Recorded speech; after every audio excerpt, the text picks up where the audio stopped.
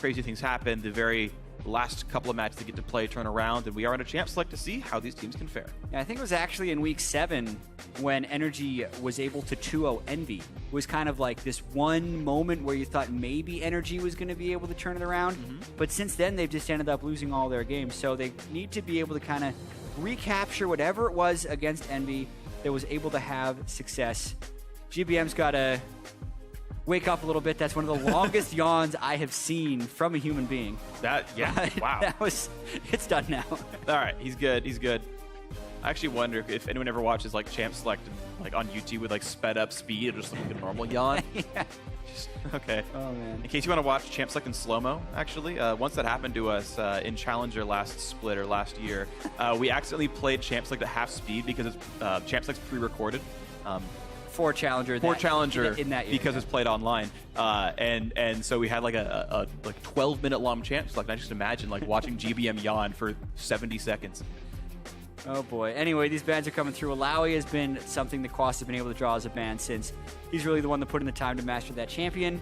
Other teams aren't super used to playing against it. I'm really interested to see how COD's pick and bans go with this. Obviously, he has been the analyst for them for quite a while, but when you see Zix on stage, he's really commanding as far as COD's champion select goes. So obviously they would have been still working back and forth for preparation despite Zix being ill. Yeah. Curious to see if they have any issues here, though. Generally speaking, a couple teams have allowed me to sit in on their champ selects in LCS, and they typically come in knowing almost everything they're going to do already. They've already theory crafted all the pick bans. You very often with top tier teams have very little talk during champ select if things go according to plan, because they've planned for all the contingencies, and this contingency says first pick Malzahar. Seems everyone loves his champion now. Exactly. Interesting to see the Hecarim ban as well. Could have been something that xMithy would pick up, even though Darshan has a game on it. Definitely a champ that has been able to take over a few games from the jungle. Dardoch and Inori both with double-digit kill scores in individual games with it. But the Malzahar pick, I think, is just the best one for COG right now. He has had tremendous performances on it, and it's a power pick right now. And it's also very important that they banned Zilean as well. TSM sort of famously yesterday, actually, against Immortals, brought Zilean into Malzahar as the counter pick, saying, I'll just chrono shift anyone that you nether grasp. That's not going to work out for you. Zilean can push as hard as Malzahar does, and so CLG not only first picked a great mage, but banned the counter leading into it, and now NRG have to take something else. Yeah, exactly. And NRG does go with Karma, which is another one of those priority picks from the support position. Aphromoo could have obviously picked that, but he has a very wide support champion pool, and since there were no junglers banned, I don't really think you get a huge amount of value out of the Rek'Sai, so basically it comes down to COG trading the Malzahar for Karma. Okay, and look at this. So, yeah, Gragas Ashe coming through, so not wanting to show any other of their lanes, hoping they can maybe get a counter pick in the top lane somewhere, and also waiting to see what the support actually is here for NRG. But Ashe, the big utility carry with Sivir gone, no huge surprise there, and Jhin, I think, is also likely for OQ. Yeah, Twitch obviously being banned away for OQ. It's kind of curious how NRG has these two champions that have worked very well for them in Twitch and Alawi. Right. Really, all of their success seems to come when they're on one of those two champions. So they haven't been able to expand beyond that. It made CLG's bans fairly straightforward, and I completely agree with them. It's actually interesting to see as well, because CLG, being respectful, doing the target bans, which meant they only had one sort of free available meta ban to put in, and it was, let's just pinch the mid lane matchup. Let's make sure Malzahar has no counter pick. I always enjoy when I see that. I think it's cool on both sides. Xerath for GBM. Oh, man. Blast from the past. Yeah, GBM was the Xerath guy. We talked about how he had a long yawn. He had very long Xerath games as well. Back when he was on Jhin Hair, they were 60-minute plus because you could just not push into the base against him. Wow. Obviously, though, with Drake's being different on this patch, with Baron buff being buffing up the minions to make it harder for Xerath to clear, you can't quite stall out games the way you used to be able to, but I'm still really interested to see the Xerath laning phase against the Malzahar. Right, because legitimately, how many times has Huhi played this matchup? Rework Malzahar into Xerath? Probably literally zero. This might be who he's literally first time playing this matchup with his champion, and you've got to play it on the LCS stage. And we're going to get a little bit derailed because I want to mention another thing about Xerath. The Malzahar nerfs that are in on this particular patch didn't actually matter that much for most matchups. Remember, his auto attack range is reduced, and his move speed was decreased by 5. The interesting thing about Xerath is his Q is tuned so precisely against move speed that a lot of times people like to rush boots so it becomes dodgeable. But here, there is potentially a champ select problem. I'm really curious to see. I if was they have told to what play it was. that work. Okay, what was? Okay, so basically, Ezreal got locked in too soon. They meant to pick Jhin. So they informed the refs. Refs said, okay, we're going to remake champ select. So CLG AFK'd their pick ban phase. The Xerath seems to be intentional. The Ezreal's supposed to be Jhin.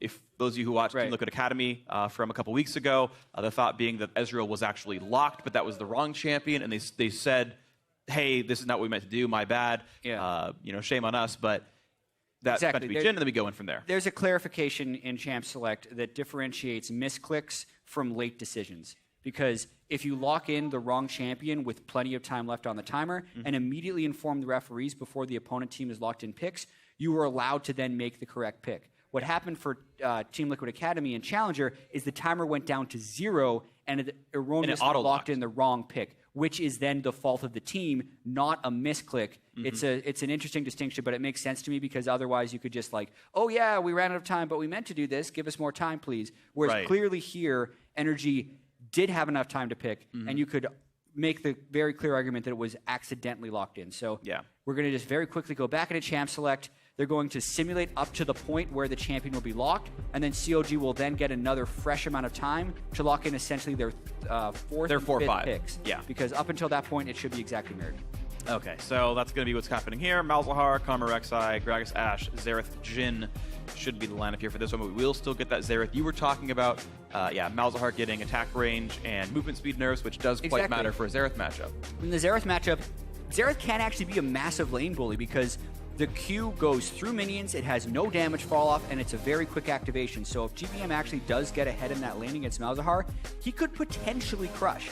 Malzahar also needs to close into a medium distance in order to get his spells off, and Xerath is very long range. So there's the chance that Huhi actually is in a pretty bad matchup here. I haven't seen it. Huhi probably hasn't played against it, but I think just based on the champion kits, that there's a chance Xerath could take over this lane. I definitely agree, and you can see that NRG now have built themselves a pretty nice poke composition. They also get to counterpick for the top lane to make sure the 1-4 is solid for them, but Jhin, you press R from off the screen, life is good. Xerath does the literally exact same thing and presses R from off the screen, then clicks on you 3 or 4 times. And Karma can help make sure the team can disengage. Santorin has some early pressure on the Rek'Sai. NRG, I think, can really make this composition work. I like what it's looking like. The question is, can CLG break this apart? Thankfully for them, they do have engage tools with the Gragas and the Ashe to make sure they can get in on the poke team, but then it's still down to their actual the mechanics, the interaction with their opposing team of can we actually get in on this? Yeah, and how much more initiation are they going to lock? And apparently it's a lot. Yeah. Because they can throw Shen in with the Gragas. They can also just use Aphromoo as a playmaker. And if you're thinking about how GBM and OQ are going to stand still to fire skills from long range, well, that can very easily be disrupted by Aphromu's Bard. So I really like the Bard choice there. It's often a champion that's banned against Aphromoo, regardless of the team compositions, let alone when it becomes a counter to the champions on the other side. And what's really interesting is I wonder how good Aphro's going to be good at landing Fog of War ultimates, because Jhin and Xerath both have displays basically that tell you the range of the ability. Right. You can deduce their actual location via where Xerath's ring is, look at the, do some trigonometry as you need, look at the angle on the Jhin ulti. Just throw in some graphing calculators. Right, bring out your compass and go for it. But at very least via experience playing against these champions to some level, you should actually be able to reasonably accurately figure out exactly where they are and just toss the ult in the Fog of War and cancel them out, potentially. I can see that. Cross goes with Trundle. Stat stick in the top lane to go up against Darshan Shen. So this is definitely a team where Darshan is playing the conventional tank. Hopefully he's able to split or win lane. I was talking with Azael a little bit about COG's struggles and about why we were thinking that CLG was kind of always really good despite their record, and that's because they had Aphromoo, who is a great playmaker in the bottom lane, and Darshan, who is a great playmaker in the top lane. And I think one of the biggest things when CLG was struggling earlier on in this split was the fact that Darshan hasn't been on his game, so he hasn't been the top lane playmaker, which then threw scrutiny actually onto the mid lane, since now it's like, well, where's the second playmaker going to be? Instead of just being like, yo, what got them here was Darshan being a playmaker. But clearly CLG is kind of undergoing a bit of a transition. Darshan now on the Shen, not your traditional CLG, and it's still going to be another one of those games where it's Huhi, Stixxay, damage dealers, and Aphromoo and even Xmithie as the playmakers, with Darshan just there to supplement. Yeah, and so we'll see how good the supplementation is here from Counterlogic Gaming. Coaches shake hands. I want to give a quick shout out to Goldman, who was like trying to cover his mouth with his notepad while talking, so that no one could like read lips watching the VOD afterwards. I found that really interesting. So props for him for like the extra little mile he's going for. But now it's time to get into the first game of the series. Send your vote on Twitter. Get behind your favorite squad. Hashtag CLG win. Hashtag NRG win to influence the tracker that we're going to monitor throughout the series to see which team has more fans. CLG near the top of the table, hoping to make that push for a third place seed. NRG holding on to that slim chance of making it out of the promotion tournament, just getting 7th and just sitting in regardless, not having to play for a spot at all. Absolutely. I do want to touch on your lip reading move a little bit then. Like, that is a super common thing in American football, where play callers would just always hold the playbook up against their mouth. It's usually like a nervous habit, but there is the chance that someone could technically lip read at some point and steal some signals from you, so why not? Exactly. Like, you have no loss in doing this. You might as well try in case it's actually one of the team's competitive advantages. Well, the players have now spread apart. Ooh, Afro gets tagged for 8 gold. QB Kid, see, look at that. QB Kid outplayed him heavily. Two of the LCS veterans right there, Afro and QB Kid going against each other. They both played in Spring Split 2013, I believe. Absolutely. The Kiwi Kid was a top laner. Oh, that's all the gold right there. Afro's in a little bit of trouble, though. He might have to... OQ should learn W. I think he already learned Q or something. Yeah. And here comes the re-engage. Actually, Zerath losing a lot of health. Sticks are going to put the slows down. Why is OQ still attacking? He can kill Afro. Ooh, that heal came in to save his life, but he's running out of health. Body slam's not going to land. Can't get the damage across, and that's the kill picked up. First blood for Darshan. And a misplayed level 1 by NRG. Absolutely, and that's one of those things that require a lot of trust in your team, because it's not a level 1 that you practice like, okay, we're going to trade a little bit of damage, I'm going to get caught in the river, but the other team's not going to have 5 people, so we're going to collapse down on them, because that's essentially what CLG had to pull off there. They recognized that NRG was doing a defensive line after he was caught in what could have been a bad situation, but instead of burning his flash very early for safety, he thought, he kind of ad-libbed and said, hey, we can actually turn this around if they overcommit. Let's watch this again, because look at the positioning. Like, there's a defensive line going on all over the place, and Afro is actually alone, but they have pole position from the mid lane. They can send 3 people across, so as long as QB Kid and OQ move up a little bit, they can pinch, and that's exactly what they do right here. OQ spends time doing too much damage. He could have ran up with QB Kid and been completely safe, but he was getting a little bit greedy for damage. Once he uses both summoner spells, he's completely trapped. Yeah. And first blood over to Darshan. It's a great start for CLG, although he does have to back at the very start of the lane. He does. Yeah, Darshan running away from the lane swap. We are in one of those. Also, OQ made a pretty cardinal sin that I feel like most top players wouldn't do, which is you learn your first ability before people ever attack you.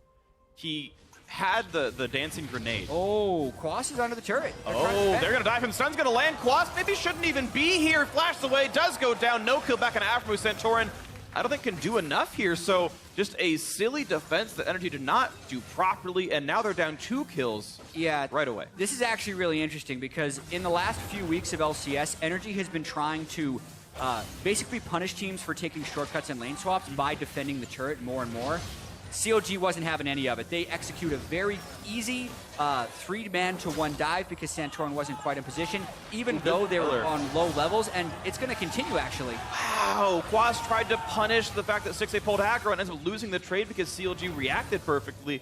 And now, what if a second dive comes through? Darshan's in a bit of a risk. He doesn't have flash. But at the very least, he's pushing them off the turret. Yeah, he does deny XP by doing this. NRG couldn't fight back for fear of Ashen Bard killing them. So, wow, CLG getting quite a lot out of this. Yes, NRG absorbs some XP, but this turret's not going to die. CLG are going to get theirs, and life is difficult for NRG.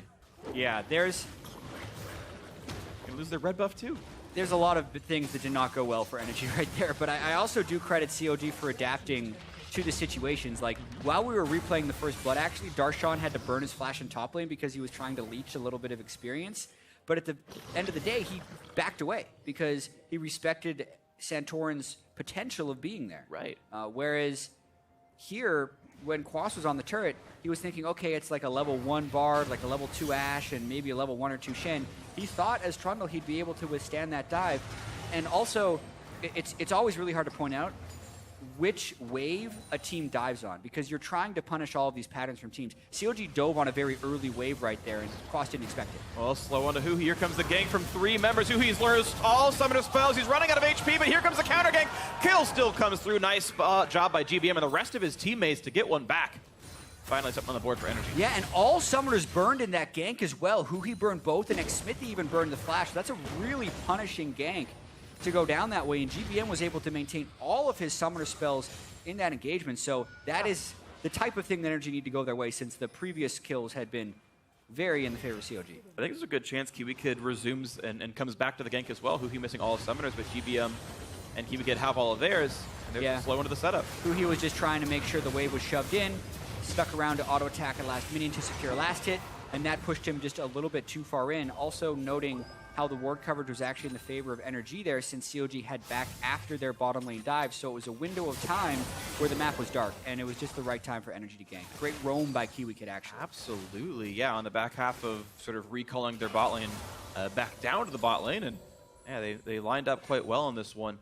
Shout out to them for making sure they landed the auto attacks as well. They actually used all their cooldowns, and Huhi had 100 HP left, and a couple autos from Kiwi Kid and GBM sealed the deal.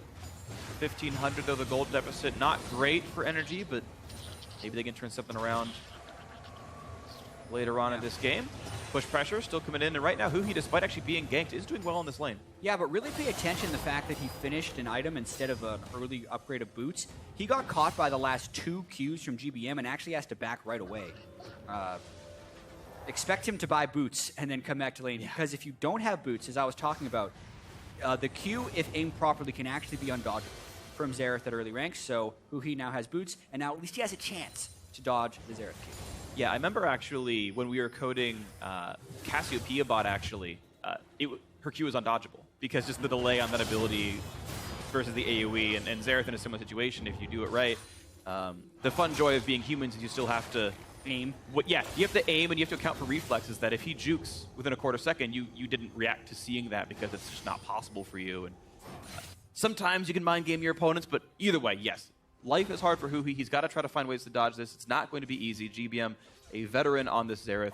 Smithy has hit level 6 already. He's roaming to the top side of the map, looking to maybe pressure Quas, who had counterpicked this matchup, but he's up against Arshan, who's got a kill and an assist. And he's not level 6 yet, so he can't ult. And that's a lot of damage. Knocks him away from the turret, but Arshan's running out of health. Has a flash away from the turret that would kill him. Here comes Santorin to try to save him from Smithy, and that's going to be the case. Nice damage out of the Rex side. They will not kill off Quas. They deny some of the farm, though. Yeah, timing of that flash was critical for Quas. He was able to avoid the damage from Smithy's ultimate, and I think that could have been fatal. So Quas able to escape that gank, and then Santorin comes in to make sure Smithy can't chase. But that doesn't get him completely out of the woods. Yeah, plenty of regen spent now by CLG to hope to redo the gank. Santorin says, don't you dare. It lets Quas get away, and now we see if Quas will use teleport or just walk to get back in. Tarshan's TP's back up, and of course he's Shen, so he's going to have that window. GBM has to ghost to get away from Smithy. Gregor's ulti was down, but you still have to respect the body slam. Yeah. So I'm not sure it would have turned into anything. Huhi, I don't think was in range for his own ulti. Yeah, that was one of those things where GBM was being a little bit overly cautious, which you can't really fault him for, but I do believe it was an unnecessary ghost, based on the positioning of Huhi. You do have to respect greatly a Malzahar in lane, though. Just definitely. The ultimate is such an easy follow-up. Right. So an understandable choice by GBM. Kiwi Kid making a nice play and leashing for his mid laner. Props to Kiwi Kid being a wonderful teammate, as Santorin was busy holding up Quas in the top lane, so resources sent elsewhere. AD carries have ultimates, and in fact, here's Jin in the mid lane, who he gets the passive turned off, but runs away fast enough, burning his ghost to get away. Yeah, a little peculiar how OQ decided to just run into the mid lane to throw his ultimate off. He's going to be running into the Malzahar passive, so even if he lands the first shot, he's not going to apply a slow for crowd control. At least he made him burn a ghost, and I think, you know, it's a moderately short cooldown. His outer turret's already dead, so, like, at least the opportunity cost was low for that play. Sure. But yes, the expected payoff very, very low, and unsurprisingly, nothing super important happens, and he's back down to the bottom lane to clear the wave. And it's interesting, it's this is a similar matchup to what we had in TSM versus Immortals yesterday, and talking with Cop and Bunny Fufu, they're saying, basically, Jin has really terrible minion wave pushing. He's really slow at it. And so CLG, because of this, should always have priority on shoving the bot lane in, and basically always have priority on bot side of the map. Unsurprisingly, bot's shoved in, he's a free trade. Yeah, and something we actually didn't touch on earlier on in this game is when NRG was trying to defend the bottom lane turret with Quas and Santorin, that also meant they weren't fast pushing the other side. So when the defense fails, they don't actually have the people on the other side of the map to get the turret. So it's been a very poor early game in general for NRG, losing the Drake now on top of it. But they do want Darshan. They could think about sending a 3-man dive with Kiwi Kid and Santorin. It is difficult to kill a Shen this early, but they do have a numbers advantage, a pretty big one with OQ coming up as well. All right, here comes the attempted dive. Curtain called, roughly up right now, so Darshan might be in danger. He sniffed it out, he's running away. Here comes the knockup for Santorin, into the root for Kiwi Kid as well, lots of tools. And Curtain Call is going to land one bullet, and he's out of range for the rest. Darshan gets to their shield, gets exhausted, goes into the dodge zone, and he's going to get taken out. Well played. NRG getting up another kill, tying that score. And now they play turret trades the opposite sides of the map. Yeah, full 4-man gank though, so that means the inner turret is going to go very easily over to CLG. I think if NRG gets the gold from the outer turret, they can still technically win this trade since they kill and a turret. But from a map pressure perspective, I think it's a loss because now a bunch of wards are being placed in their jungle and CLG is able to shove all the way up into the inhibitor. I do want to give some props to NRG though, because the gold deficit is only 500 despite being down a turret worth 800 gold. So I gotta say there's certainly a lot of hope. Yeah, dedication still here. NRG is still trying to make sure they can hold on. Right now, they're certainly okay. This lead is far from insurmountable. I agree. Being able to get those 2 kills is incredibly important. Darshan hasn't been able to pull ahead of Quas, and as a Shen, that's not really something that will happen going into a Trundle. So Darshan, all of his farm will generally be only if Quas isn't in that lane. The mid lane and the bottom lane matchups are going even, if not favorable, for NRG. So despite what I would call some questionable choices in the early game, their play in the mid lane, the roams of Kiwi Kid, have all been quite effective, and that's what pulled them back into this game. Yeah, props to Kiwi Kid for playing quite well in this one. Huhi sniped up again. Nice skill shot accuracy by OQ. And now we get to see the next part of this game is it's NRG continue to play aggressively. Quas pulls turret dagger, but he's got bot lane pushed in with that Tiamat. He's going to be pretty fast at it. NRG definitely going to have priority on whichever lane Quas goes to if he's in a 1v1 or a 1v0. Yeah, and this is actually Darshan trying to defend a turret again where he doesn't have the numbers to back himself up. CLG are all in the mid lane, maybe running down, but they could be a little bit late to this. They're looking to start a fight, though. It looks like the rest of the team roaming around. Malzahar is far, though. Xerath could join first. NRG able to walk away cleanly enough. No real threat on them. And yeah, Santorin said, hey, you've got to be more proactive to play League of Legends well to win this game. And NRG's actually been more proactive in the sort of last 6 minutes. For sure. It's a game of cat and mouse as well, trying to catch each other in different positions. They arrow Kiwi Kid. Maybe an unnecessary flash. Looks like no one else is in range, but was afraid that if the arrow lands, it's got to be nearby. Turns out that wasn't the case, but now he has flashed to the other side of the map. Quas gets tilted down in time to be very, very tanky. The Malefic Visions are on. Xerath wants to help, but he's actually out of range for most of this. He goes to snipe Afro, can't quite get it, and now the chase is on as Darshan's running out of health. A quick hot Coco comes in. There's the taunt. There's the kill picked up. Afro getting his first of the game. A little more poke coming out of OQ. GBM is here, lands another Q across. Kiwi Kid putting in a slow, and looks like CLG still getting whittled down by the Xerath. The Arcana Pulse getting rid of some of the minions, and just going to be the 1-for-0 advantage Counter Logic Gaming, but out of health, we'll have to recall. Yeah, I mean, pretty straightforward gank there by CLG, and they kept their distance and were very careful not to overcommit into the Xerath and the Jhin. It is very hard if you're not already close to the Xerath and Jhin to follow up on anything, but a pretty non-committal gank. Like, if you think about summoner spells used by CLG, super low. They pretty much just used the Malzahar ultimate, and they're able to come away with the kill. Yep. Nicely done by them, and as they wait for the cooldowns to come back up, you can see CLG continue to go for that play. They actually didn't use any flashes in that fight, so they've got them all up for the next time. Yeah, and I do feel like Huhi could have prepped this ultimate a little bit better, but if you're looking at what happened over on this side, it's kind of what we talked about, the double ultimate from GPM and Jhin.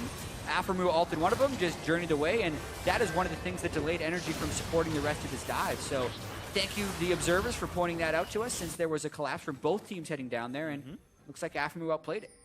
And well done by him to get away without burning too much for himself. And now we get to see CLG running around with just this 700 gold lead. Again, this is less than you get from having a turret and a kill. So NRG winning in the farm game. You can see GBM completely holding up in the mid lane, and what's becoming a pretty sizable lead for Quas over Darshan. A nice root's going to come in. He's got a flash to get into the magical journey, just trying to get away from all the concentric circles. And the final snipe just doesn't do enough damage to Darshan, to Aframu, as there's just not that many items yet on OQ. Scuttle Crab goes to Huhi. Looking to pick off Kiwi Kid. It would be a 3v2 dive with potential counter gank. So root is in. Another root arrow is going to land. There's this, not going to be the stun, but it's going to be enough barrels. And just gets barreled over now. The flash knock comes in. Shuttle to keep Stixxay alive. He will do so. Bartleby to disengage the enemy marksman. And it's a nice aim once again. Now the taunt coming through to delay Quas. Pillar in. Stixxay's really low. Nice flash. Good chase. OQ setting it up beautifully. Yeah, Stixxay got a little bit too far forward. The pre-setup to that fight was really good from CLG, but the continuation... It might get worse for CLG. Ulti on the Quas right now, but Huhi's got a flash away from everybody else. A nice kill picked up on the Quas. They're going to maybe trade top lane. Darshan burning down. Deathmark touch. Not doing enough damage. And now it's CLG forced to run for the hills. No further snipes available yet for NRG. So that will be CLG picking up another positive kill for themselves. Yeah, it makes the overall engagement a 2-for-1. One thing that is a little bit disheartening for CLG is that so many of the kills are going over to xSmithy, and even the one onto Aframu. Right. They would definitely like those kills to be distributed more on mid, top, and AD. But there's still positive plays overall. Watching this, you know, they know the Kiwi Kid is level 6 with a fairly squishy support. So all they have to do is land an arrow into a Bard stun, into an ultimate, and they burst him down pretty quickly. Getting the exhaust is a nice bonus. Then the continuation is actually pretty good from CLG at the start, because they do the Shen ultimate, and here they actually get a little greedy and think, hey, we can turn this around. Does he really want to complete this teleport? But as Darshan taunts away, Stixxay gets in front, gets cut off by the Trundle Pillar, gets rooted by OQ, which leads to the flash from Quas, and that's just a whole lot of pain all at once that I don't think he was expecting, but could have been ultimately avoided. The fight continues, though. Huhi pops his ultimate while he has his passive up, which stops Santorin from being able to stop him. They burst him and then quickly run away. So nice in and out team fighting from CLG overall, and they get the 2-for-1.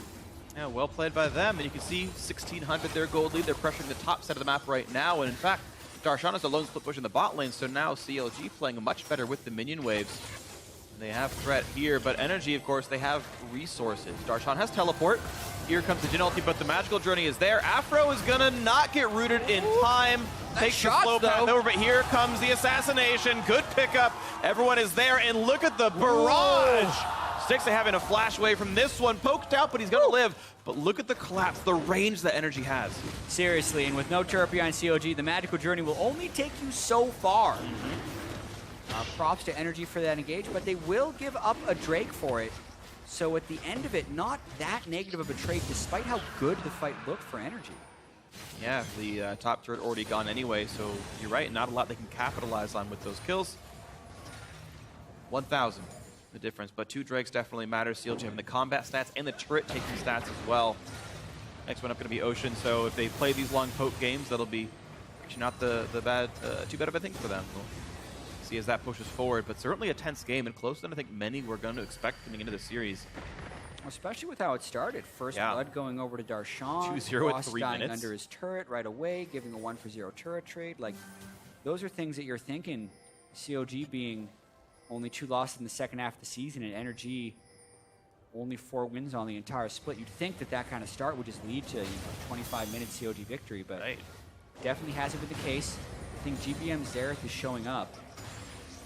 Doing good work. You see Huhi dropped to half HP, and the thing is playing Xerath and a Malzahar is a game of skill shot accuracy. You must land the first passive, then you have to land the rest during the 20-second lockup before it resumes. True. And so GBM hits him, waits a second, hits him twice more, then Huhi's at half. And he's doing that pretty reliably. GBM's been getting quite a lot of priority in that lane. Definitely. Although CLG, once again, ahead on the turret push. Just way ahead on the turret push. Yeah, this turret's probably going to go down without much answer. Okay, here comes the rest of NRG. 4 are in range. Quas does not have teleport. This would not be a good team fight except for that catch. Doesn't lead the target right, and there is the Bard ultimate. Tempered Fate tempers NRG's expectations, and out they go. Stixxay staying alive without burning any summoners. Quas will get the turret, so Temple or not, NRG is still answering reasonably well. in some of these cases. Yeah, there'll be a lot more standing gold for CLG in this game, though, as they have 2 turrets still up, so the map control is in favor. But that does mean if NRG win a fight and take a few turrets, they can slingshot that gold back a little bit. GBM's going to need to get a blue buff if he wants to keep spamming like this. One interesting thing is a lot of Xerath's lane dominance does come from his ability to auto-attack to get some of his mana resetting, but you don't want to walk into the range of Malzahar to do that. So this game he's playing where he's poking out and shoving lane very quickly is pretty mana hungry right now. Yep.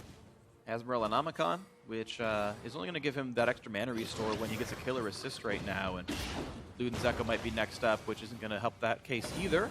And look at this, the blue buffs too. You mentioned the importance of it, and CLG are on this to make sure it happens. The best teams never let you get any buffs, and CLG trying to make sure that happens, so good by them. 2,000 gold lead. Darshan has control over this bot side of the map. Stixay sent to hold up on the left. You see Santorin looking for more plays. 1, 1, and 3. Well, with Stixay over on the top side of the map, you think NRG would try and make a move for some control in the mid lane, especially with the Rylai's Crystal Scepter done on GBM. Yeah, that's the one.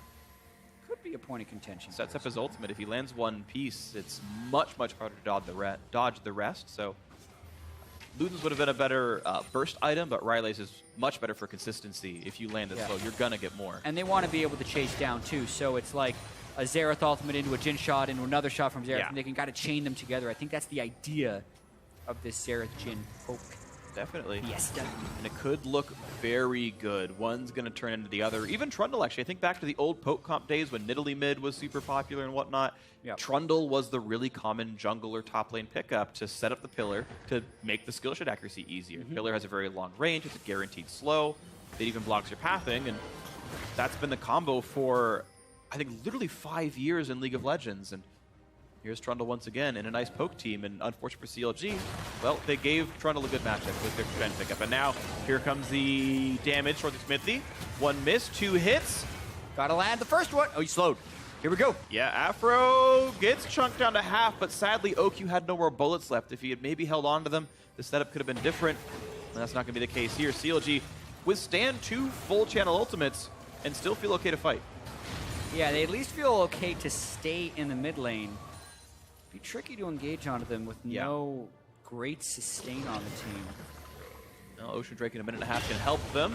A quick battle for dominance in the bot jungle, but careful because Kiwi Kid is here. Santorin buffed up. Xmithy down below 1,000 health. A pillar to even help that. Xmithy, wow, they have to burn Stand United. He might still go down. That's CLG wanting to engage. They've got the stun on a Santorin. Explosive cast turns the backline right back in. Trying to go for Xmithy. Can't quite kill him off. Santorin gets down. Great by Afro. Now the re-engage on towards Quas. Tempered Fate stops through the backline, but it means the arrow doesn't land. But maybe there's going to be more for the setup. 2 for 0 so far for CLG. Looking for Kiwi Kid slowed down. Pinched, and he's going to be taken out by the Voidlings. Just maybe. No! Not quite going to get him out. Kiwi Kid survives, but a 2 for 0 to CLG. Mid lane wave alive enough to get some turret damage as well. And still a good turn by CLG, even if the beautiful ultimate from Aframu was a little bit over the top because of Stixay's Ash Arrow coming through. The 2 for 0 allowed them to take the mid lane turret as well, and I think take pretty decent control of this game now. Really nicely played. Counterlogic Gaming up 4,500. We will be seeing that fight again, I'm sure of it, as Smithy takes his red buff away. Yeah, lots of really close interactions. So Xmithy is thinking about turning this the entire time because they know the Jhin and the Xerath ultimates are down and those guys are stuck in mid lane. So really this aggression from Quas and Santorin can be turned around. Huni flanks in with his passive up. So even though Kiwi Kid tries to break it, he gets a great ultimate off, hitting both Quas and Santorin. Then the ultimate from Xmithy makes it even harder to retreat. Ignite ticks down Santorin. Quas gets killed with a bunch of damage.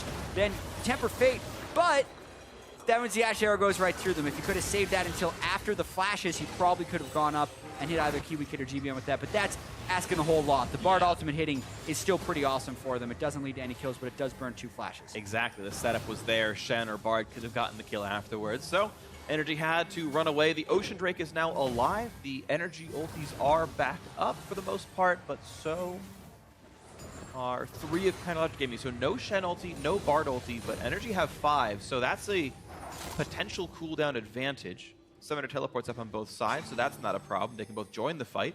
However, CLG are the ones holding most of the map control around this Ocean Drake. Yes, there's a Scuttle Crab taken by Santorin, but it might not matter. CLG going to burn this one down quickly enough. The attempted steal, not going to happen. Great pickup right there by CLG. And that is 3 Drakes picked up. It's good for Counterlogic Gaming. Yeah. I wonder if they go for something here. It's a little bit aggressive. Santorin, 3-man, knock up the engages. Here come the ulti pop. Huhi gonna run out of health pretty fast. A lot of snipes coming through. They do pick him off. A 1-for-1 jungler for mid laner. Better for NRG. 6 has to dodge away from the skill shots as well. GBM gonna land a slow. Has to make him flash away from the stun, and the snipe's gonna come through and stun out Aframu. But the arrow's there for GBM. Whoa, the taunts in as well. They've got so much crowd control. They've got him picked off, and now it's Quas stuck in the front line. They're trying to burn down Xmithy. The crit's gonna be there. OQ reloads, goes in. The taunt's not quite gonna land for Darshan, and he's actually gonna tank what would have killed Aframu with the deadly flourish. Shield is in for Kiwi Kid. They're going to let OQ kite away. A great route. Kiwi Kid playing this fight well, but he's now out of mana. Darshan looking for the play, but a two-man slow. Kiwi Kid playing this perfectly to keep OQ alive, but he's out of places to go, and they will finally get the pick with a nice magical journey to put Stixxay in range.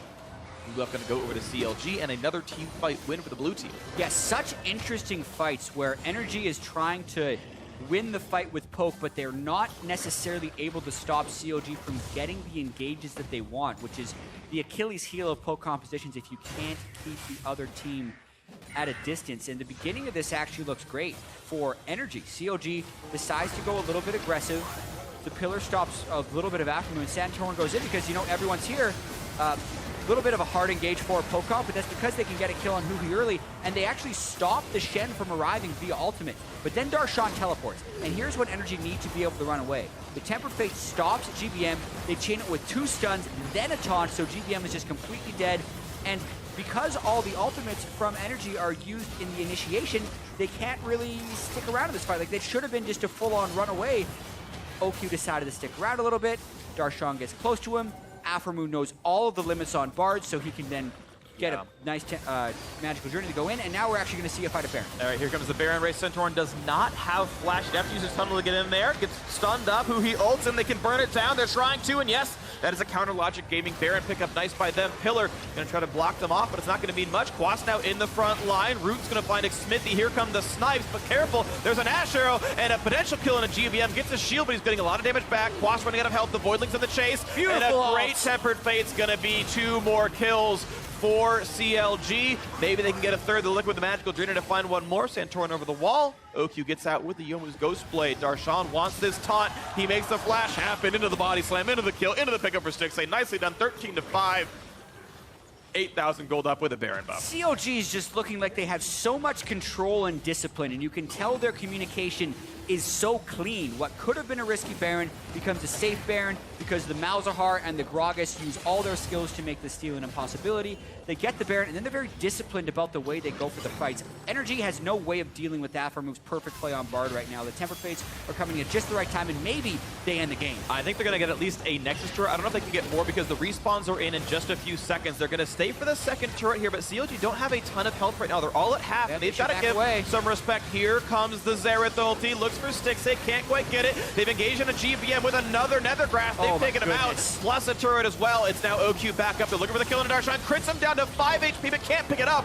And now the damage out of the Nexus. That should be the game. Going over to counter Logic Gaming. 1-0 in 28 minutes. Jeez.